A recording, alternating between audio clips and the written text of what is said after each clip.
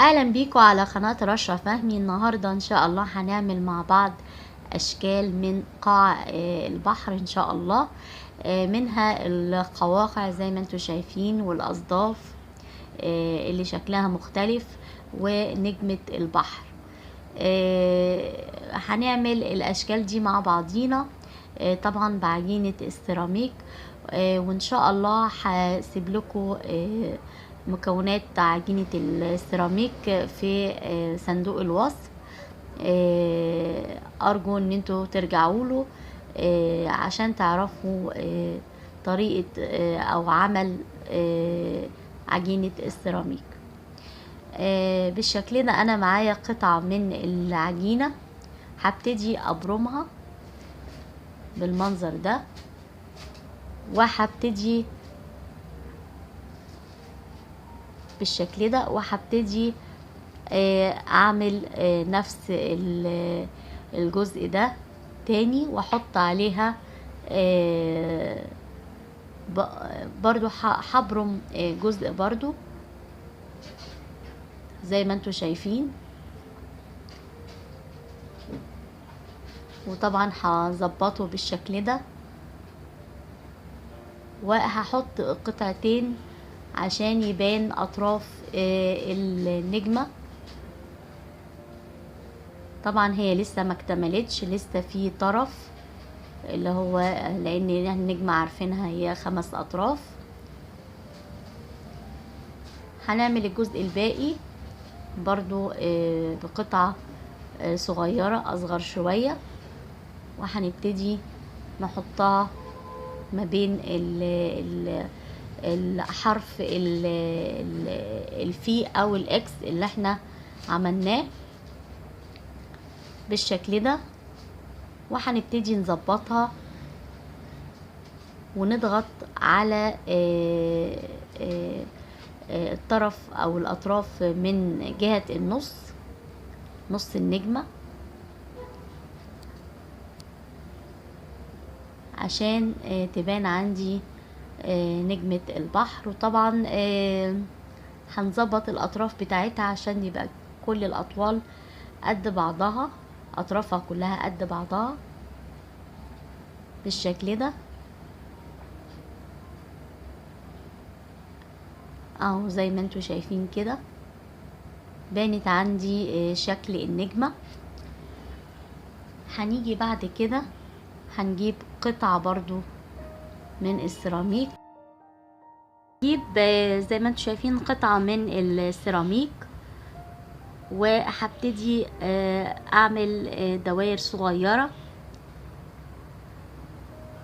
بالحجم اللي انا بعمله ده زي ما انتوا شايفين، عشان هحطه فوق الاطراف بتاعه النجمة المنظر ده كده. طبعا هعمل مجموعة بالشكل ده، وهلزقها بالغيرة الابيض اهو. هحط بالفرشة اهي فوق النجمة. طبعا انتوا عارفين النوع الغيرة الابيض اللي احنا بنستخدمه.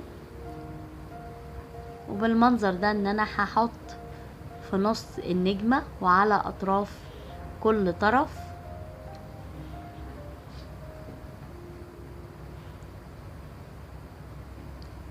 برضو مجموعة من الدوائر الصغيرة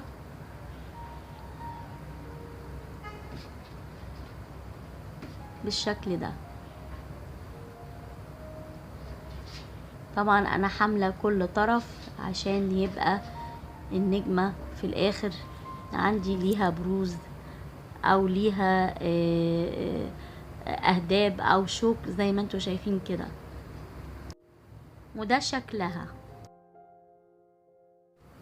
وهنجيب مع بعض قطعة تانية من السيراميك، وهبتدي ابرمها زي ما انتوا شايفين كده. انا هاخد منها جزء، طبعا مش هاخد الجزء الكبير ده، وهبتدي ابرمها بالشكل ده عشان اخلي طرف منها تخين شوية والطرف التاني ارفع بالشكل ده. هحاول الطرف اللي هو الرفيع ان انا ارفعه على قد ما انا هقدر عشان احصل على الشكل ده بالشكل ده بالظبط. وهجيب القطر وهبتدي اعمل تجزيعات للقوقعة اللي انا بعملها بالظبط كده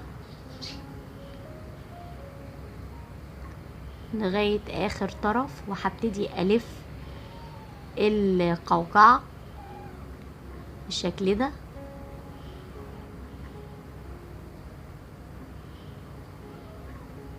وهاجي على الطرف التاني، طبعا انا بتقل شوية على التجزيعات عشان تبان، وهاجي على الطرف الاخير ده وهبتدي اضغط عليه، هعمله زي ودن القطة واخلي ليه تجويف على قد ما اقدر عشان تبان شكل القوقعة زي القوقعة اللي هي الحقيقية.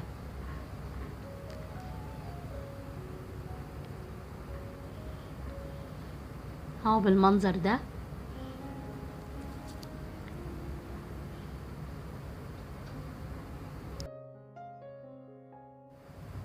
وبكده نكون عملنا مع بعض شكل القوقعة زي القوقعة الحقيقية بالظبط. هنجيب مع بعض قطع برضو من قطعة السيراميك وهبتدي ابرمها بالشكل ده عشان اعمل الشكل اللي قصادي ده اللي هو الشكل الحلزوني. هعمل قطعتين قد بعض، هبرمهم قد بعض اهو. الجزء التاني انا بحاول ابرمه بالشكل ده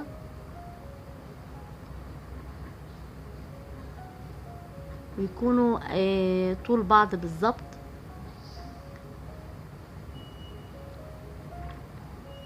اهو زي ما انتوا شايفين كده.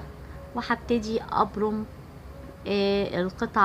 القطعتين في بعض كده كأني بضفرهم مع بعض كده، واجي على اخر جزء هبتدي هعمل تجويف بسيط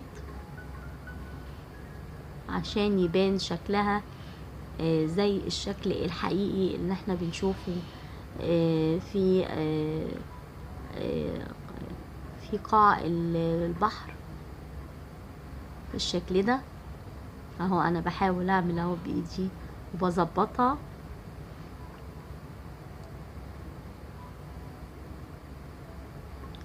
عشان تبان بنفس الشكل.